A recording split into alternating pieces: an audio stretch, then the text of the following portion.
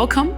Thank you for joining my session. I'm Quirine, and I'm going to tell you something about this very long title, which I made to intrigue you on sharing actually my journey of myself at first. How did I, as a Dutch bicycle rider, I do own a car, but I share it with my sister. And, oh, she's over there. I was looking for you. But I'm not a typical car driver, I would say. And I wanted to share with you the path that took me here. And I also want to share with you a lot because I've learned so much this past year about designing virtual assistants.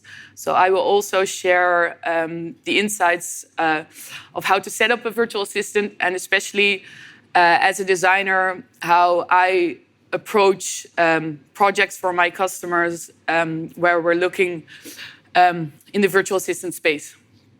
All right, so first a bit about myself, so you'll get to know me a bit better. Okay, who am I? I actually found this picture, I found it back yesterday because it's super interesting. At this time, I worked about half a year at Microsoft, and I was a category manager for Xbox games. So I did something completely different. And I was part of the pilot where we were testing electrical bikes towards work. So how do you stimulate, our employees for the Dutch office to try other ways of transportation? And I was picked to model, as you can tell. And what's interesting about this picture is that when I look back at it now, this must have been some sort of sign about what I was going to do 2 years later. And I'm going to share with you how I actually ended up designing voice assistants for cars. So I was born in Rotterdam. I was an expat child. So I lived around the globe for my, at that time for my father's job. And I wanted to share with you my timeline. Usually at customers we share or we create customer journeys, employee journeys, where you see emotions rising up and down. And I didn't want to share slides of me with pictures with my friends or my hobbies, or I don't have a family yet. That will come later, hopefully. But I studied at the TU Delft, so I have a background in industrial design engineering. And I was triggered during my graduation thesis. I worked at bol.com, so that's our Dutch Amazon, I would say, where I created an app for the business sellers at that time. And I had no idea how interesting IT was. No idea. I was really a product designer, so I actually designed a bicycle once as well. But I would design for the HEMA breakfast bowls, and I even designed an irrigation system for asparagus in Peru. It went all over the place. And but I really fell in love with the way of working in an agile team at bol.com. And then I discovered this great opportunity at Microsoft. We have something that's, I think it's called Aspire now, but it's like a trainee program where a young talent gets to know the organization. So I actually started as a category manager in sales and marketing, which was completely not my background. So I started, I remember the first week, my manager at that time asked me to create a marketing plan for a new game launch. First of all, I didn't know what game, how the gaming industry works, what users were even interested in the game, and how to set up a marketing plan. I had no freaking idea. The interesting thing is, at that moment, I realized, even though if I don't know it, I still have the motivation to learn about it. And what I did realize is I really miss designing things. I missed it so much that at one point, I met up with another colleague who had the same background as me, and she actually worked at the complete opposite side of the organization. So at Microsoft, you have engineering, making products. We have a really big sales org. We have a marketing department, and we have a consultancy department. And she was part of that consultancy group, where she explained that she would go to customers and help them create the experience they were looking for to make. So she would work together with the devs and architects to make the best product for that customer. And I realized that was going to be the job I would fall in love with. Because another interesting part in your life, you fall in love, you fall out of love. And I realized that that's something you can also use when you look at your job and at your career. And I will share a bit more about that later. First of all, sorry, just a sec. So I'm a UX designer. It's a really nice phrase that nobody really understands always. User experience, what does that actually mean? And that's a really, really good question, I think, because often what I do is misinterpreted as being the person that makes something look pretty, which is actually really not my job. It's not something I'm extremely good at and which I like to do the most. I really enjoy thinking about the overall humane experience of a new concept or a new product.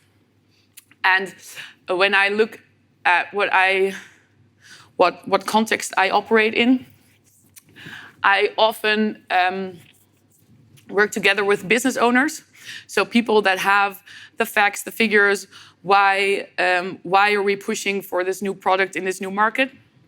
I work together with the branding departments or marketeers or in-house designers. What is the message the new concept should withhold or should shine out? And of course, a very big part of this is the user. We tend to focus a lot on the business and brand, especially when you're consulting for, well, in my end, for customers.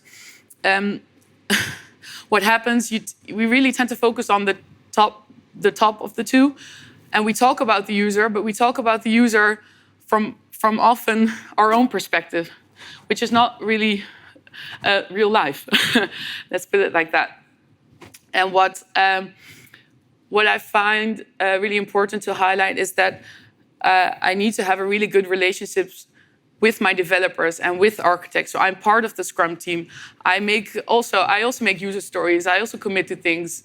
We really work together as a team, and I often think that it's a shame if a designer, a UX or a user interface designer gets excluded from this process. Yes, so what I really wanted to highlight is that user experience is really about being human. And thank God everybody is human here in the room. So you can all be a UX designer in your own way, right? And what I always keep in the back of my mind is that in reality, that means you must not be biased.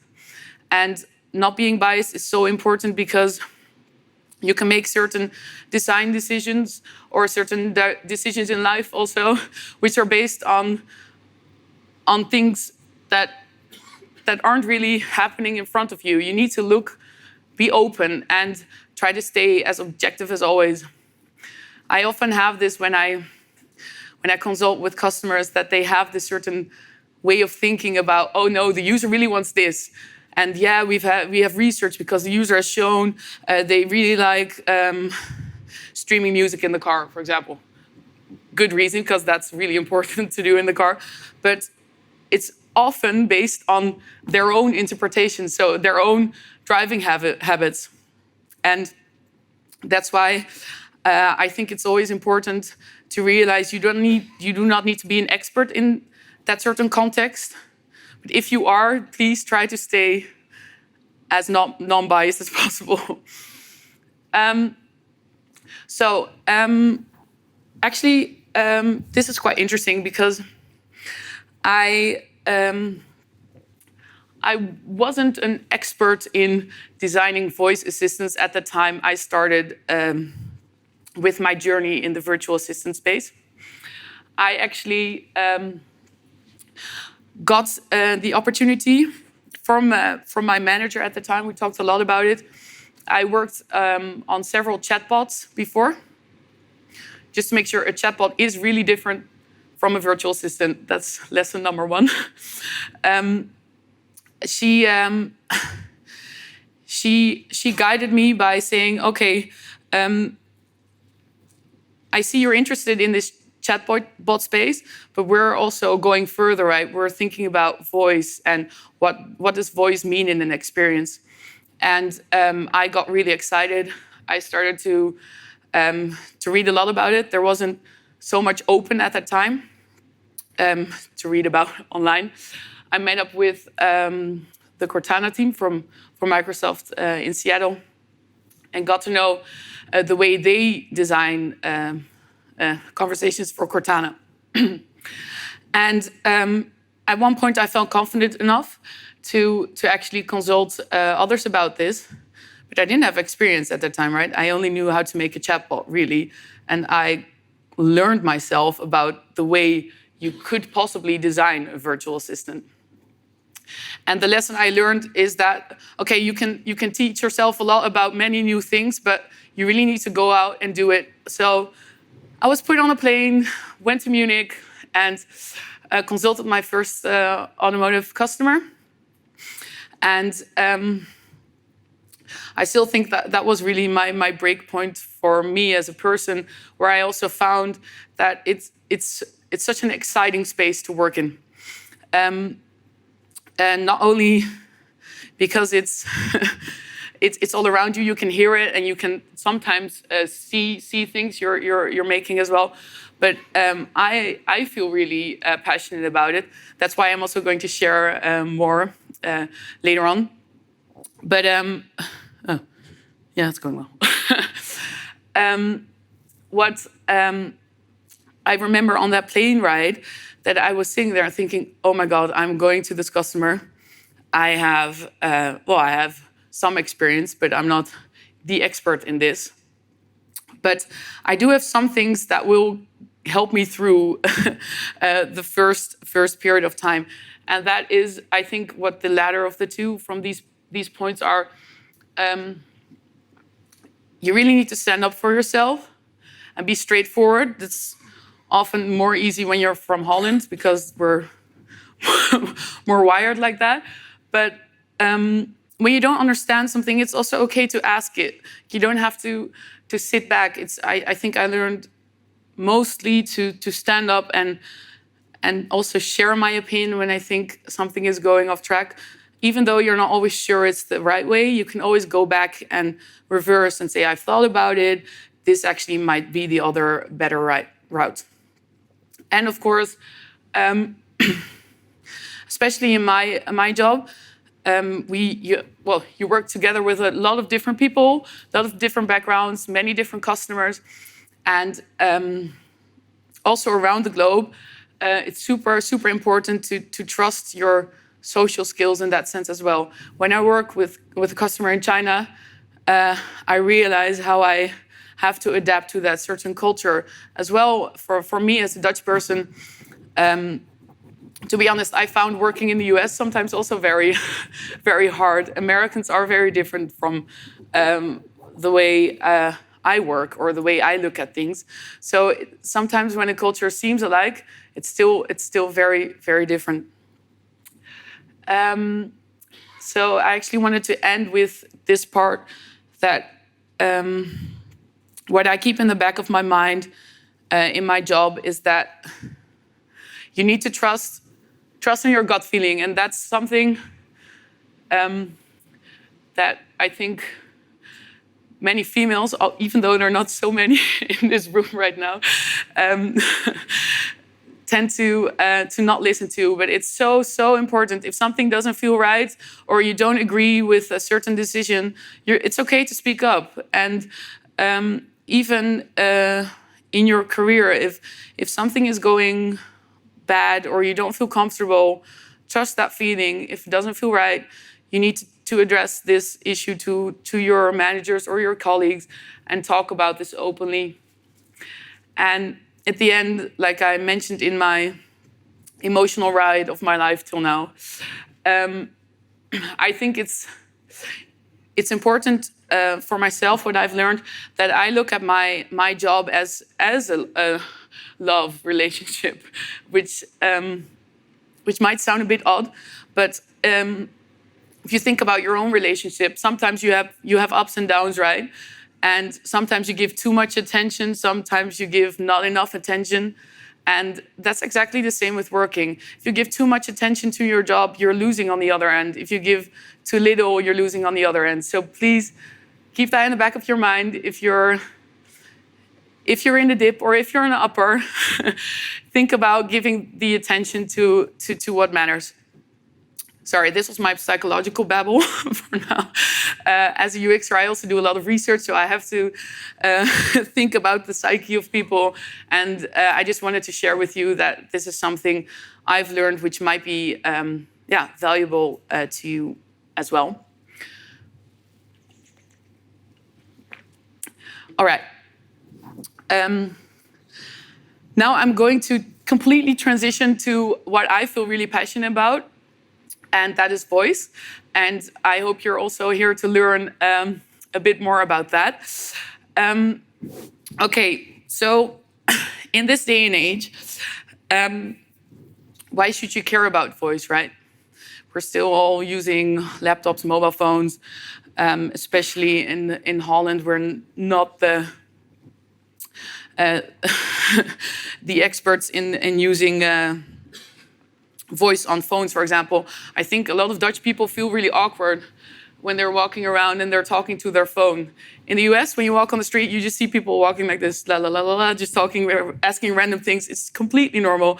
I think in Europe, we still have to get used to that idea that in certain areas of the world, this acceptance rate is way higher than we even think of now. So. An interesting fact, almost 1/3 of the US population already owns a smart speaker. And what's interesting about this is that the latter of the fact, they use a voice assistant at least once a month. I don't think that's that much, right? So why are they all buying all these speakers? Maybe it's a hype, maybe it's a trend. Time will tell, or maybe the conversations aren't that humane enough yet to really be part of a person's daily routine. All right.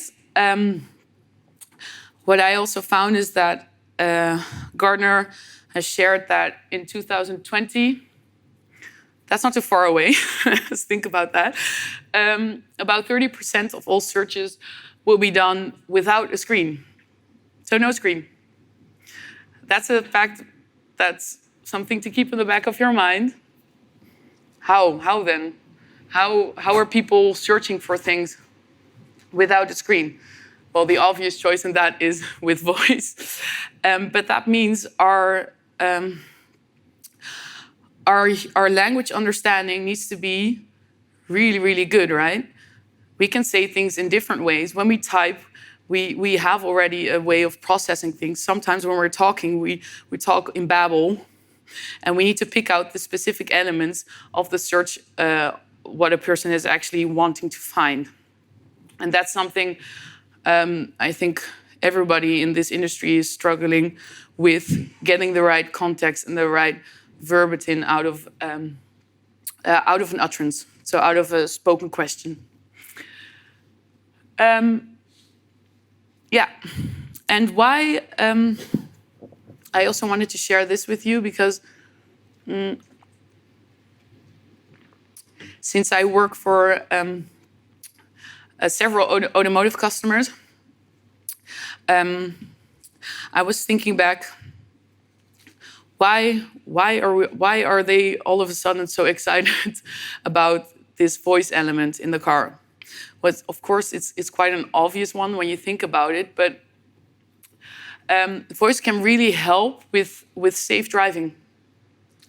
And for all car manufacturers, that's super important. That's the number one. Everything that's being made. So an automotive company is often a very complex, hierarchical company, let's say it like that. They have departments that are very strict on safety. So whatever is being made, you could have had the best idea and you've checked it with so many users and you've done so much research, and it seems just this is going to be the number one feature in the car. But once you hit the safety department and they do the testing with the actual test driving and seeing if people are distracted by looking on the screen, it just gets cut. It's a different way of designing when you know you won't have a screen that will be as informative. And I think that's something that's really, really interesting. Because traditionally, you would always design with thinking about a format, a wireframe, a screen at hand, something you can feel assured by. In the car, you have that, but you have it so limited, you actually have to think about that you don't have it. And what's also interesting about this is it kind of differs per market as well. So when you're thinking about driving in the US, usually they drive like 80 kilometers per hour. It's a completely different driving experience than when you're driving 180 on the Autobahn in Germany. So there are also differentiations per market. And that's something I got to know over this last year, how crucial it is to understand what market you are actually designing for. And with voice, there's another really important element that keeps on popping up, and this is the most annoying one, I can tell you. So research has shown that it's actually on average like 0.4 to 0.7 seconds before a user gives up on an action that's not working. This means that when a user asks something to the assistant and the assistant doesn't respond within this time range, the user actually immediately feels dissatisfied. And this, what we call latency in the tech, on the tech side, is quite hard when you think, for example, about the automotive domain. Because a car, when a voice routes through the speakers, it's connected to the cloud, it has to give back a response, and this all has to be in full connectivity and within this lower than 1 second time frame. That means we've been working on optimizing this gap like crazy. And this is still a really typical guideline that's used in the voice assistant domain, because it's so crucial especially when you're introducing a virtual assistant or you're introducing a new skill or a new feature. Even though the feature that's going to come after is super good, it's the best, if it doesn't react within this time, it's still super shit. Sorry, but it's so important to recognize this, because it's sometimes also frustrating as a designer, because you've thought of a nice concept and it's working, and then because of these factors, the satisfaction is so extreme low, and also people don't want to try it again. So it's often they try it twice, maybe 3 times, then they're never going to try it again. So you should definitely have this fixed before you actually launch a new assistant or a new skill. And especially the retention issue with skills in virtual assistants is something, this whole industry is struggling with. But this is a good guideline if you're ever going to make a virtual assistant yourself and you have it running. Please check this. All right.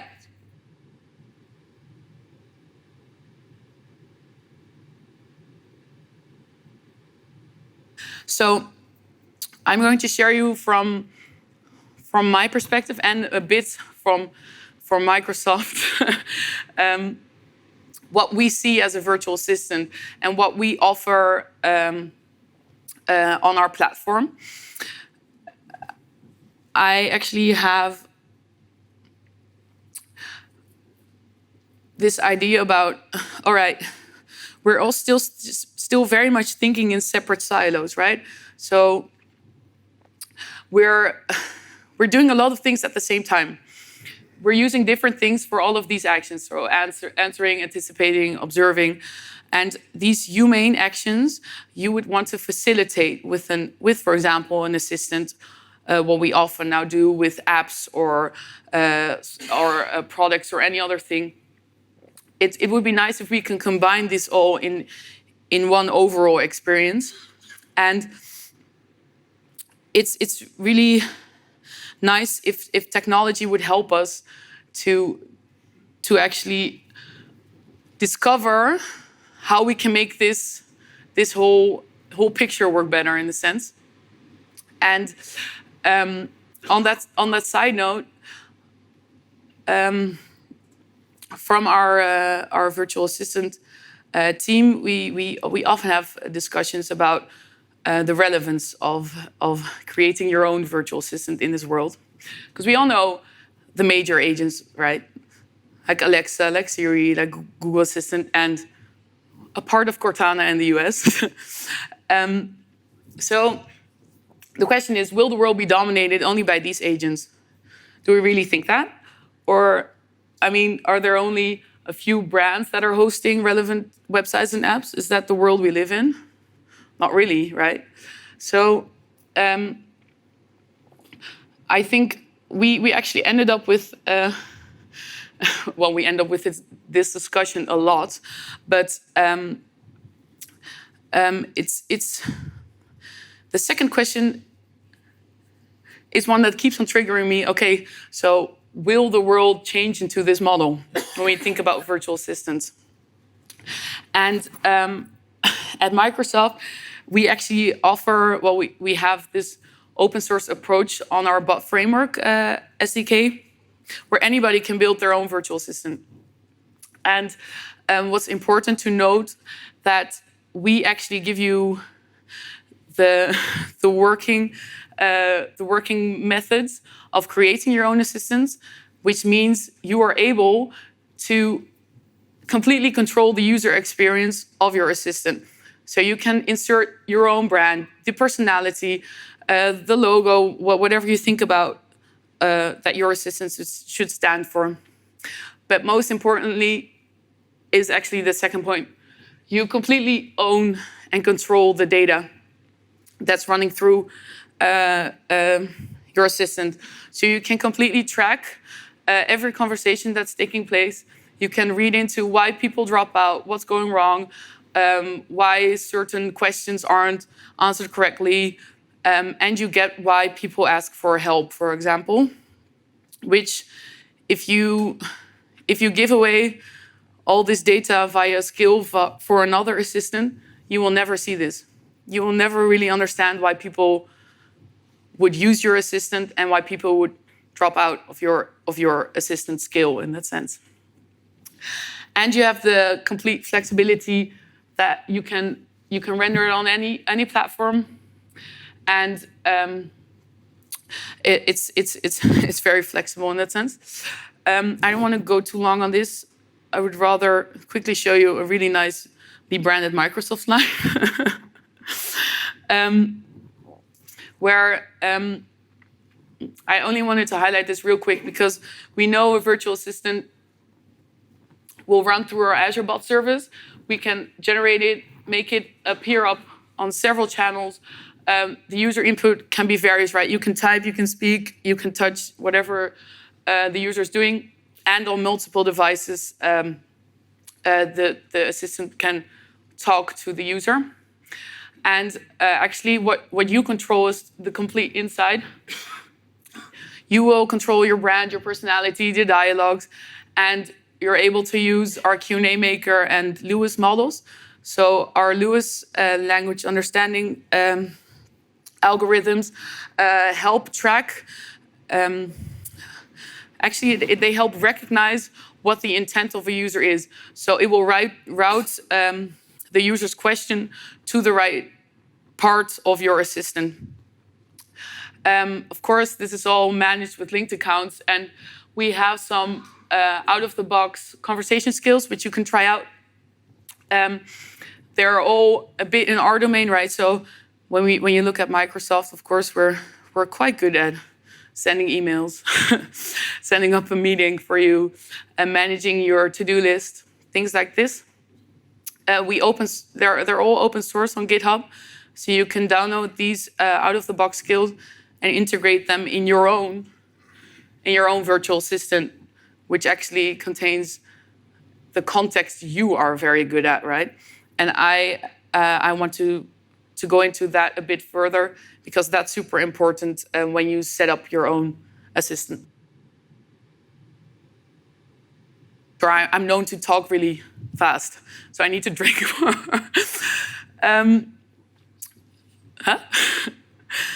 All right. By the way, I think these slides will be shared after the session, so you can take on these slides if you're making pictures. Yeah, and the last one is not a bad bubble. I would say this is a really, really interesting one because we actually strongly, when I talk about our Microsoft vision with this virtual assistant space, we are very open with connecting with other assistants, right? We know if you're making your own assistant, it won't be an expert in everything. You need to connect with other assistants out there. And that's something that will be, in that sense, the future of voice. Assistants will hand over to each other, especially in domains they're not an expert in. I actually wanted to give you some insight in what I actually do for a living. And that actually always means asking questions. So why are we doing this? Why? That's something that's grounded in my job. But especially when I look at designing for a virtual assistant, I have specific questions and specific guidelines I've learned along the way that might help you if you're ever interested in making your own assistant. And what's still what happens a lot is that people think a virtual assistant is a chatbot. It's just a voice over what a chatbot does. And that's actually so not true because a chatbot has the plus of having text and has the plus of you being able to look at it, which a speech assistant doesn't. And the interaction you will have via voice is very different. So I want to sketch maybe a scene. Okay, think about this. When you're asking a question, for example, what can I do today? Or what's in my inbox? And you ask this, and you have a screen in front of you, right? Cortana can read out to you, all right, you have 3 new emails. The first one is from Karine, the second from Darren, the third from somebody else. And you're able to look at the screen and say, okay, yeah, please read out the second one, because that's a super important one. If you don't have a screen, how would this actually work? Are you going to read out, again, those 3 emails you can't see? You cannot say, please read out the second because you don't remember it. There's too much going on in such a long prompt often. So when you're designing for a speech system, it's really, really important to think without a screen. Because with speech, I would say that you would say, all right, the first one is from Corinne. It's about, I have to give a presentation today. Do you want to hear more or do you want to hear the next? So it's a very different way of speaking about it than saying, all right, these are the latest 3, they're from these people, and which one do you want to hear? It's a different way of communicating with the user, and that really requires you to think without screens. So the first one I always ask myself is, why are you even talking to me? That's a very crucial question. When you create your own assistant, why do you have the privilege to get to talk to me? That's actually the question you have to ask yourself. And this requires you really know for whom you're designing. And I'm not only talking about personas, these really complex one-person images with hobbies. And sorry, I'm not the biggest fan of personas because I think they're very stereotypical and they don't show the whole spectrum of what that user group is capable of. So I often don't look at the persona as such, but I think about the things they want to get done. And that's the only question I really want to get and understand. And then I'm able to help that whole group of people and not just that one woman who loves to golf on the weekends and has a family of 3. I think you know what I'm talking about. And especially in this assistant space, knowing what group or what spectrum of personas you're talking to means you also know the language they like to converse in. So if I'm making an assistant for mechanical help in a factory, my language will be much more technical maybe than when I'm addressing new dads that are, I don't know, have a new child, and you're talking in a different way to even the fathers of a new child than to the mothers of a new child, probably. They might have different questions, different issues, different things they want to get done. And I made a bit of a joke about it, but it's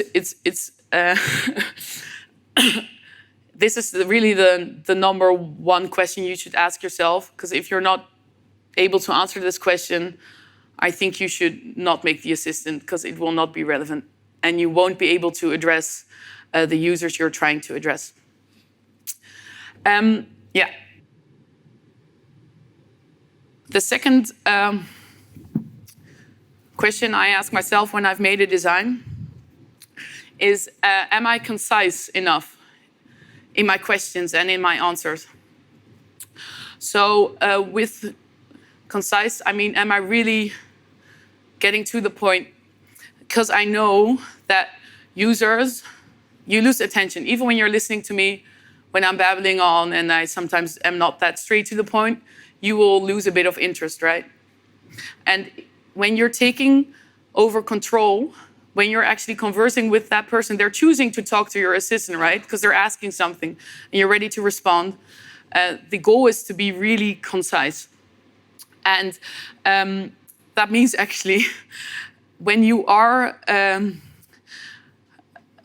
sometimes in a more complex conversation, like I've just described, where we say, okay, what are my latest emails, for example, and I want to read you out the first one, and you can say next or read me the previous or things like that. It can get complex in a very quick time. And what's really important is that you actually test this out with other people. You can also just time it. I mean, if it's too long, it's not going to work. And that also relates to the second one, is that try to just ask one question. Try to not put too much actions in a response. So either you can ask information from the user, or you're asking them a yes/no question they can answer. And when you ask a yes/no question, you don't want to give them other hints that they can do other things It's way too distracting. Just stick to the point. Also, what we found is that there's definitely a sweet spot with the amount of back and forth people want to have with voice assistants. I think when you've experienced this yourself, you see that there are sometimes just one-stop questions, right? So who's Barack Obama? You get back a question. That's it. Conversation done. If you want to know a bit more about where was he born, you continue. But it's not that long. And especially when you're trying to get users to go through a bit more of a complex conversation, let's call it like that, you should realize that if you have several steps in the flow, that you need to put in summaries in between, because people forget what they've done. And that's why I always keep this rule. I usually stick to 4 to 5, but it's really up to what you experience when you're actually making these conversations. This is also quite a good one. When conversations are designed, or when you can also think about when a chatbot is designed, we often think about the happy path. So we think about the most smooth flow through a conversation. But often at every question or every response that we don't understand, what do you do then? So you're definitely not designing only this happy path, but you're thinking about all the optional branches that route out when something goes wrong, or when something doesn't, or when we don't understand what the user's saying. That's why this double loop is super critical to understand, because if I ask you something and you give me an answer back, sorry, I didn't get it. Can you try it again? Ask you again. Sorry, I didn't get it. Can you try it again? That's already annoying because it's 2 times the same response. That's one thing. But when you try it again, and I would reply back again, sorry, I didn't get it, you will be not so very happy, and you will probably not try the assistant again, because the assistant doesn't show he or she understood what you're trying to achieve. And there should always be this opt-out cancel route. So maybe I could have said to you, all right, sorry, I couldn't answer the question. You can try to reach out to the help desk, or try this, or have you tried this? You need to be more suggestive when something loops doubly wrong, let's say it.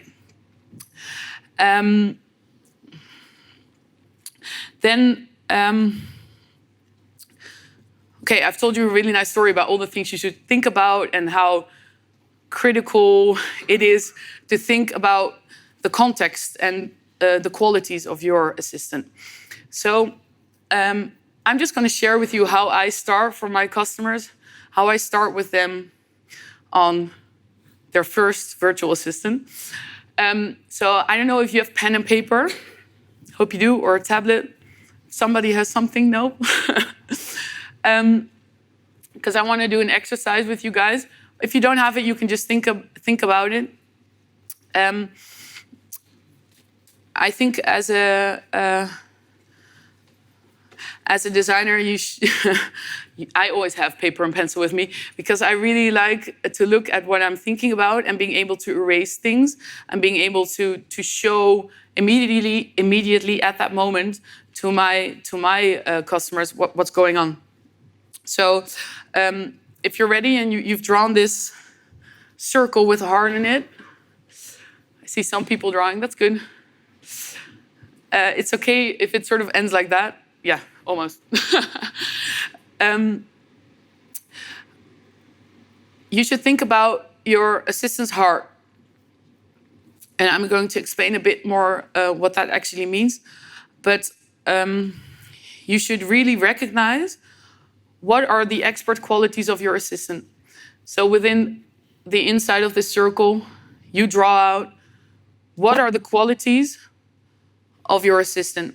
So I would like to suggest you think about your company, so for whom you work now. If you would fill in their brand, what is your company really good at? and what is your company actually not that good at, but would be interested in understanding better. What I suggest you do is, especially when we think about an assistant's personality, it's often easier to think about the most extremes. So I filled in chatty versus to the point, hipster versus traditional, serious versus fun. On these two extreme ends, what is your assistant's character? How will they react? Will they always be funny, or will they be super serious? Will they be very traditional-minded, or are they going to talk about the the latest yuppie things in the media? So if you draw on the heart, you can think about filling in these sliders.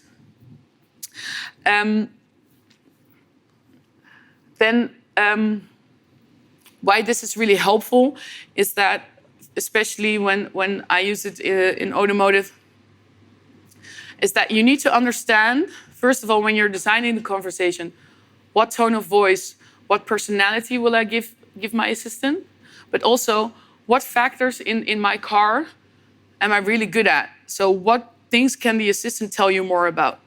So we know when you're in the car, the assistant of that specific automotive can tell you about the status of the car. You need to fill up your fluid. Your rear brake is broken. You need to go to the dealership, things like that. But also, we're very good at navigating to a certain point of interest. What automotive companies aren't very good at is getting the latest deals for show tickets or knowing which restaurant is top rated.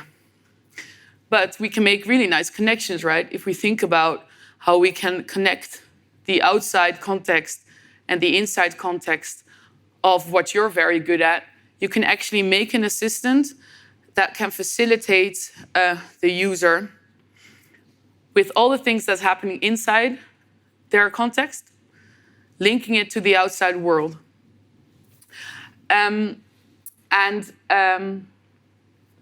This I usually use in discussions because sometimes, how do I say this nicely? People have many ideas, right? That's very, very good. It's always very, very, very good to have so many ideas and be super creative and think about what's possible out there in 10 years, 20 years. I totally agree with that. But when we're talking about what the assistant can mean to your company at this point of time, it's really about the things you're good at. Because to learn about all the other things you're not so good at yet takes a lot of time. And in the end, when you look at probably at the world in a few years, these assistants will be able to talk about, but you will be the pro in your domain. And that's why people would want to connect with your voice assistant. On that note, you can use the bot framework also for reflecting your brand, right? It's also a way to advertise your brand in a way that fits your vision.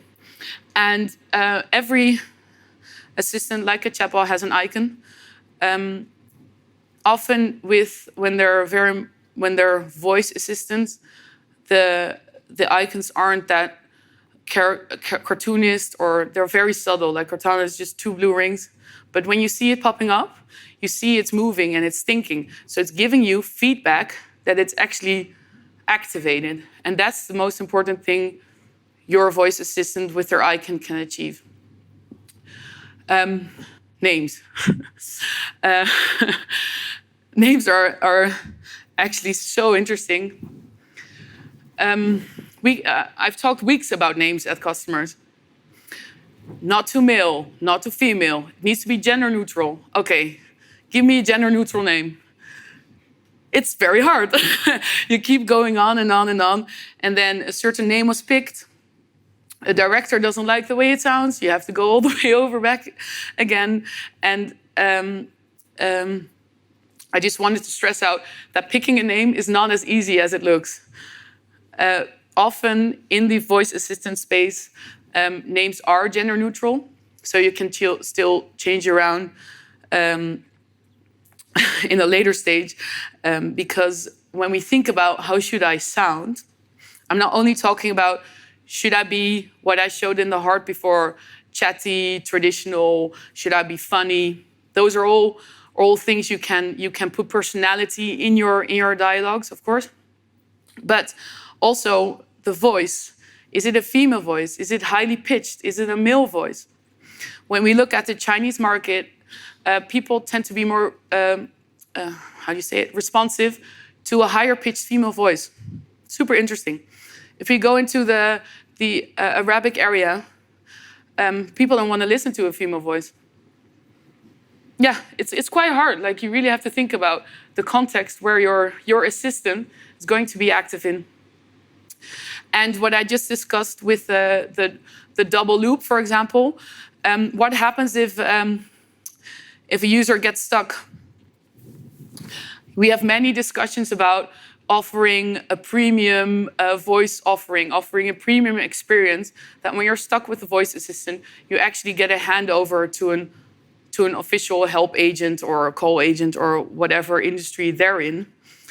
But creating that actual transition from speech to text towards somebody else, maybe on the other side of the globe, knowing they have to pick up the phone and call back in via that router, for example, into the car, that's something that's super complex, but also, I think, very inspirational to think about.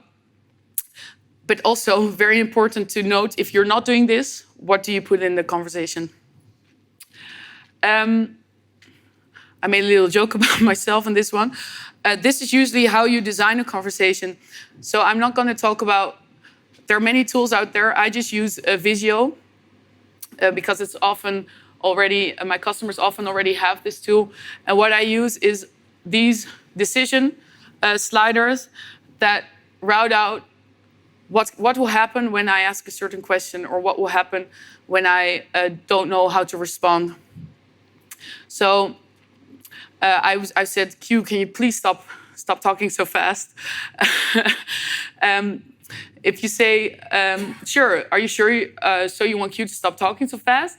If the user says no, I will give this response. If the user says yes, I will say this. If the user says none, cancel, or swears, I would say this.